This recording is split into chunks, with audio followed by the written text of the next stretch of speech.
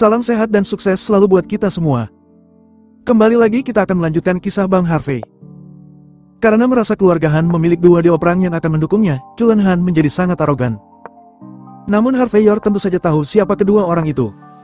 Nah, coba tebak apa yang akan terjadi selanjutnya. Dan langsung saja bersama gameplay ini, inilah kisah Bang Harvey chapter 6095 sampai 6099. Chapter 6095. Tepat ketika Neil Osborn hendak meledak karena marah, sebuah tangan tiba-tiba menyentuh bahunya. Wakil Presiden Osborn, pergi dan makanlah dengan tenang. Apa yang terjadi di sini adalah urusanku. Aku bisa menyelesaikannya sendiri, kamu jangan khawatir. Harvey York maju selangkah dan tersenyum pada Neil Osborn. Di dunia ini, orang jahat akan selalu dilakukan oleh orang yang tidak tahu malu. Wakil Presiden Osborn, kamu adalah orang baik, jadi kamu tidak memiliki pengalaman dalam berurusan dengan orang-orang tak tahu malu seperti Chulen Han. Tapi aku berbeda. Aku sangat berpengalaman dan tahu apa yang harus dilakukan. Saat berbicara, Harvey York membawa Neil Osborn yang memiliki wajah aneh ke aula seni bela diri. Justin Walter adalah orang pertama yang berdiri, meraih tangan Neil Osborn dan berkata, "Tuan Osborn, tinggalkan masalah ini. Ada banyak orang yang melompat di depan Tuan Muda York seperti ini setiap bulan. Akibatnya, mereka semua diinjak-injak seperti anjing oleh Tuan Muda York. Jadi, kamu hanya bisa menonton pertunjukannya." Pangeran Gibson juga tersenyum dan berkata, "Paman Osborn, kamu mungkin tidak tahu apa kemampuan Tuan Muda York, tetapi kami semua mengetahuinya dengan sangat baik.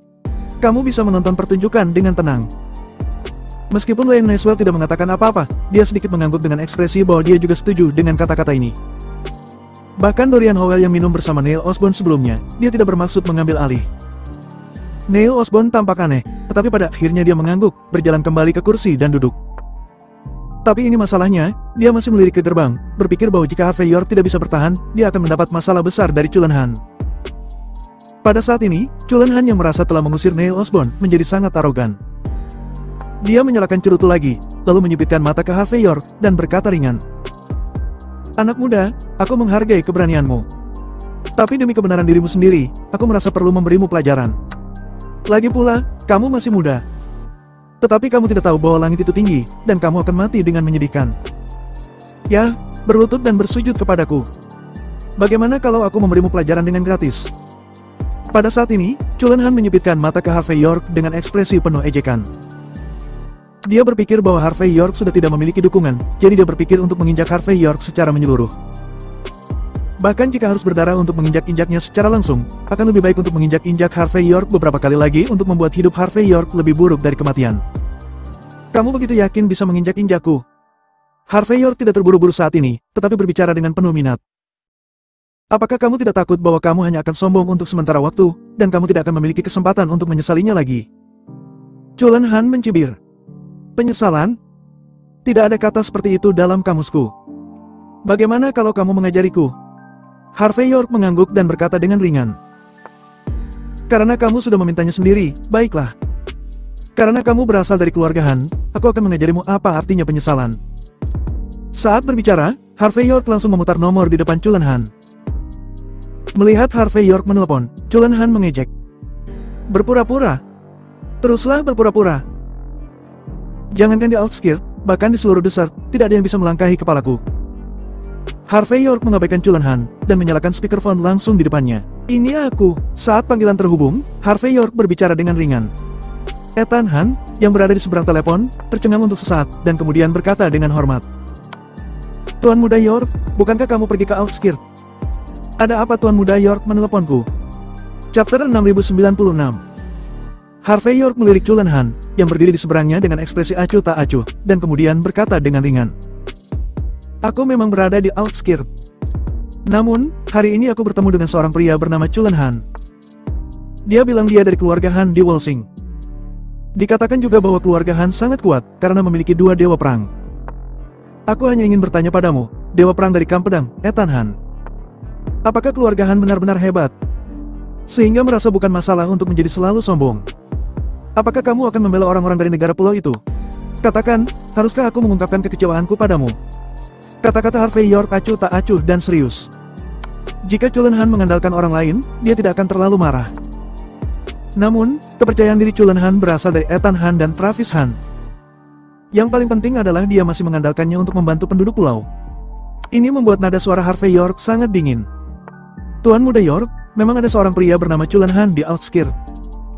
Dia adalah kerabat sampingan dari keluarga Han. Dia bertanggung jawab atas urusan keluarga Han di Desert, dan dia adalah juru bicara kepentingan keluarga Han di sana. Namun, kami tidak pernah mengizinkannya untuk menggertak orang lain, apalagi membela penduduk pulau. Ini telah melanggar aturan dasar keluarga. Aku akan memberimu penjelasan untuk ini. Bisakah kamu memberinya telepon? Harvey York tampak acuh tak acuh, melemparkan telepon ke Chulen Han, dan berkata ringan. Seseorang mencarimu. Apa? Mendengarkan suara di seberang telepon barusan, meskipun Chulen Han tidak memahami isinya dengan jelas, dia bisa mendengar siapa yang ada di sisi lain telepon. Dewa perang dari kamp pedang, Ethan Han. Keluarga Han sekarang menjadi salah satu kepercayaan terbesar dan kartu trufnya. Pemuda di depannya benar-benar dapat menemukannya secara langsung. Siapa pemuda ini?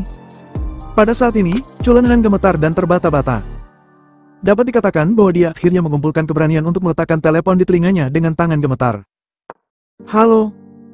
Suara lembut keluar, dan saat berikutnya wajah Chulen Han menjadi pucat, dan kemudian, seluruh tubuhnya basah oleh keringat dingin. Setelah waktu yang lama, dia berjalan dengan gemetar di depan Harvey York. Dan setelahnya, dia dengan hati-hati menyekat telepon dengan tisu, sebelum dengan hormat menyerahkannya ke Harvey York. Harvey York mengambil telepon sesuka hati, dan setelah mendengarkan permintaan maaf Ethan Han berulang kali, dia menutup telepon. Segera setelah itu, tatapan acuh tak acuh Harvey York jatuh langsung pada Chulen Han. Berlutut dan bicara. Apa? Mendengar kata-kata Harvey York, semua orang yang hadir tertegun sejenak, tidak bisa bereaksi untuk sementara waktu. Lusinan pria berjas berkata pada saat yang sama. Sombong, beraninya kamu membuat Presiden Han berlutut. Seorang wanita pulau juga berteriak. Kamu terlalu banyak menipu. Apakah kamu tahu seberapa tinggi status Presiden Han? Caspian Lee juga menutupi wajahnya dan membuka mulutnya. Mereka tidak bisa percaya bahwa Harvey York bisa menginjak wajah Chulen Han hanya dengan panggilan telepon. Dia adalah Presiden Han. Di Outskirt tidak ada yang berani memprovokasinya, bahkan di seluruh provinsi Desert. Beraninya seseorang bernama Harvey York membiarkannya berlutut. Apakah dia sudah memakan empedu hati beruang dan macan tutul? Presiden Han. Harvey York berbicara dengan ringan.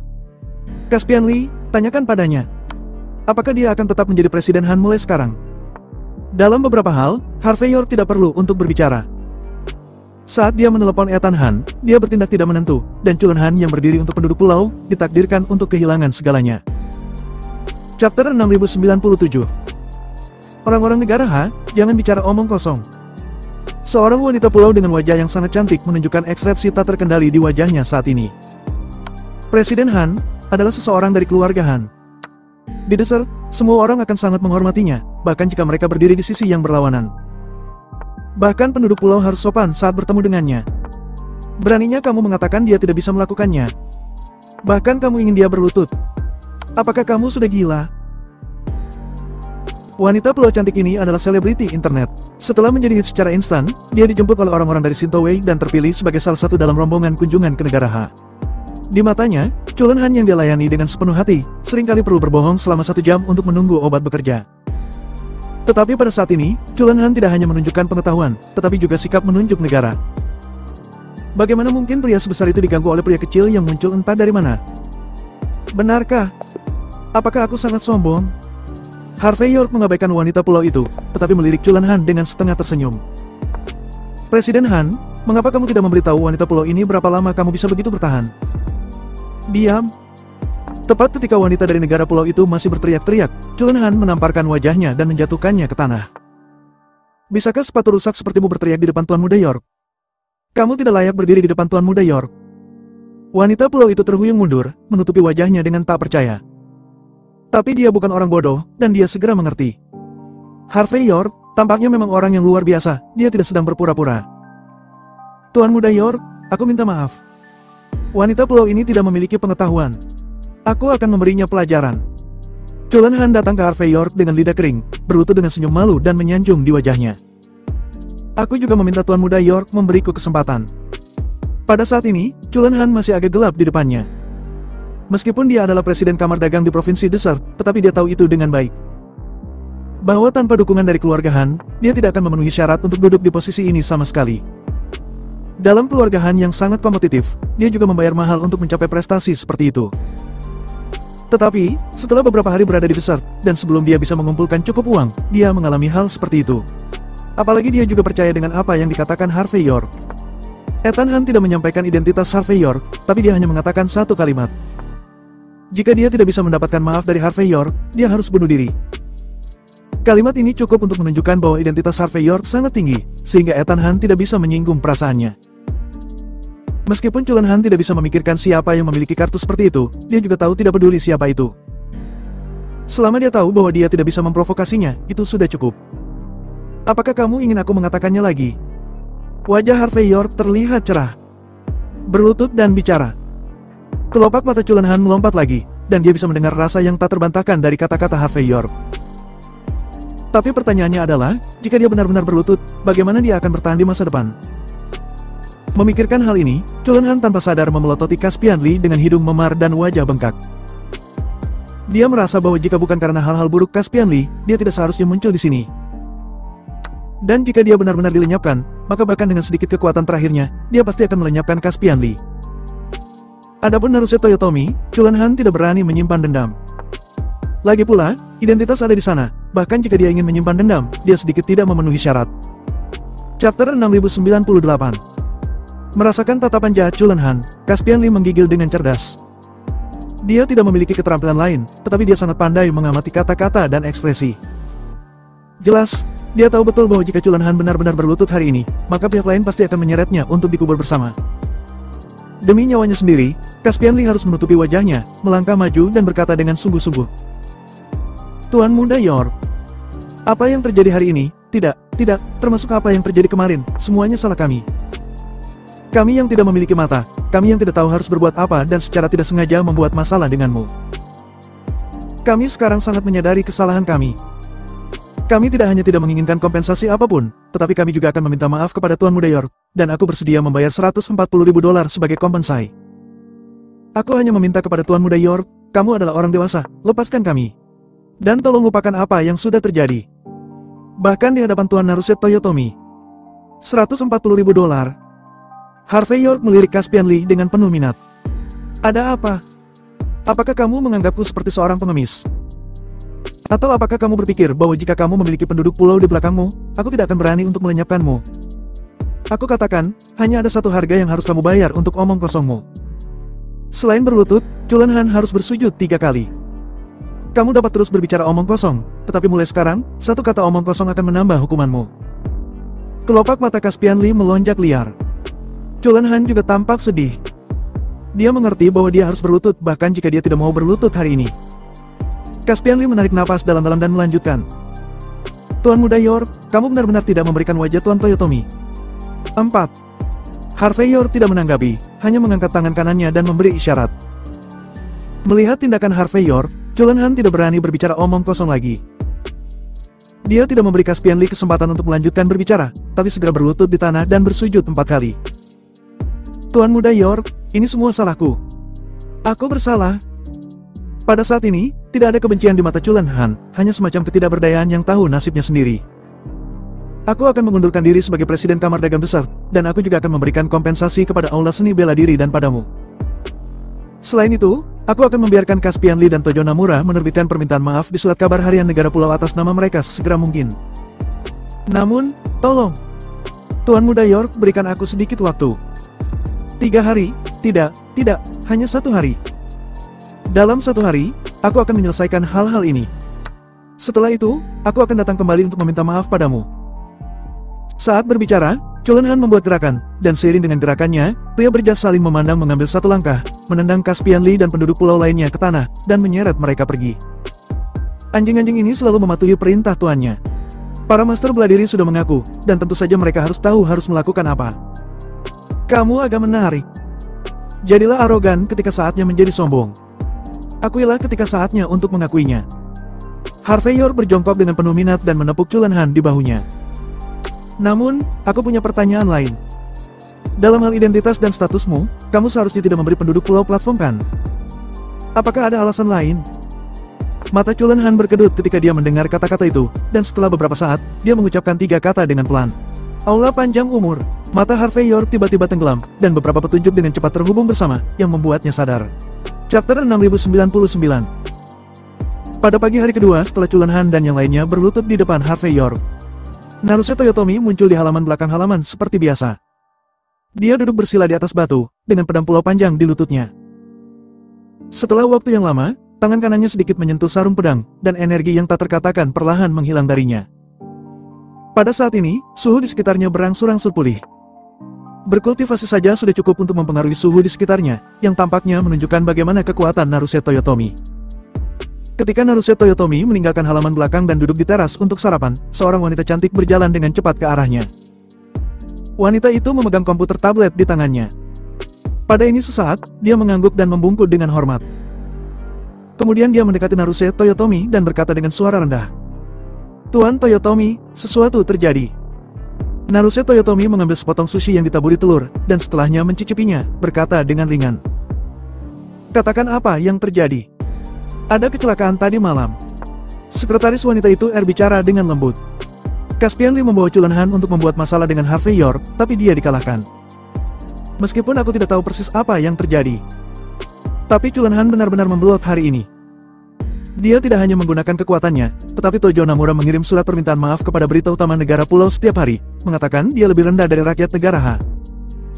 Pada saat yang sama, aku tidak tahu di mana menemukan 10 orang seperti Caspian Lee dosa.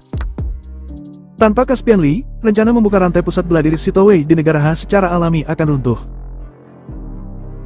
Kemudian, setelah Chulan Han melakukan hal ini, dia juga mengundurkan diri sebagai Presiden Kamar Dagang Dessert, dan mengumumkan bahwa dia tidak ada hubungannya dengan keluarga Han mulai sekarang. Saat berbicara, sekretaris wanita menyalakan tablet dan menampilkan data. Tidak hanya versi elektronik dari berita utama koran harian negara pulau, tetapi juga dokumen pengakuan Caspian Lee dan pernyataan pribadi Chulan Han. Dari data tersebut, dapat dengan mudah dilihat bahwa kali ini, mereka tidak hanya kalah, tetapi mereka benar-benar menghilang entah kemana. Naruse Toyotomi tidak terlalu tertarik pada yang lain, tetapi melihat ke berita utama negara pulau. Setelah terdiam beberapa saat, dia berkata, "Berita ini benar-benar bisa diterbitkan.